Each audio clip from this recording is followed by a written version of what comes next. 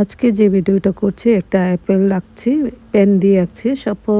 সচরাচর আমি ছবি আঁকি কলম পেন্সিল দিয়ে, কিন্তু আজকে কলম দিয়ে আঁকতে ইচ্ছা করলো তাই কলম দিয়ে আঁকছি। দেখেন অনেক ওভার রাইটিং করছি, কারণ আমি এটা আপেলের সাইডগুলো মোটা করব, এই জন্য বারবার আমি দাগ দিয়েছিলাম। এখন আমি পাতাগুলো আঁকছি। আপেলটা আঁকা শেষ হয়েছে, পাতাগুলো দিয়ে দিচ্ছি এবং বড় করে একটা ঢালও দিয়েছি আপেলের এই বটুর মধ্যে।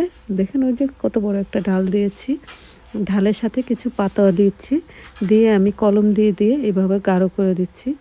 দেখেন কত সহজভাবে হয়ে গেল একটা আপেল আঁকা, এবং আপেলের সাথে কিছু পাতাও আছে, পাতাগুলো করে দিয়েছি এবং স্কেচ করে দিয়েছি কলম দিয়ে, টেনে টেনে স্কেচ করে দিয়েছি। এই যে কালো কালো দেখা যাচ্ছে, কোথাও কালো বেশি দেখা যাচ্ছে কলমের দাগগুলো, আবার কোথাও একটু লাইট দেখা যাচ্ছে। এভাবে আমি পুরো ছবিটা আঁকা শেষ করলাম। দেখেন হয়ে গেল। এখন যেহেতু আলো ছায়া পড়েছে, এই যে অন্ধকারের জন্য ছায়াটা পড়েছে,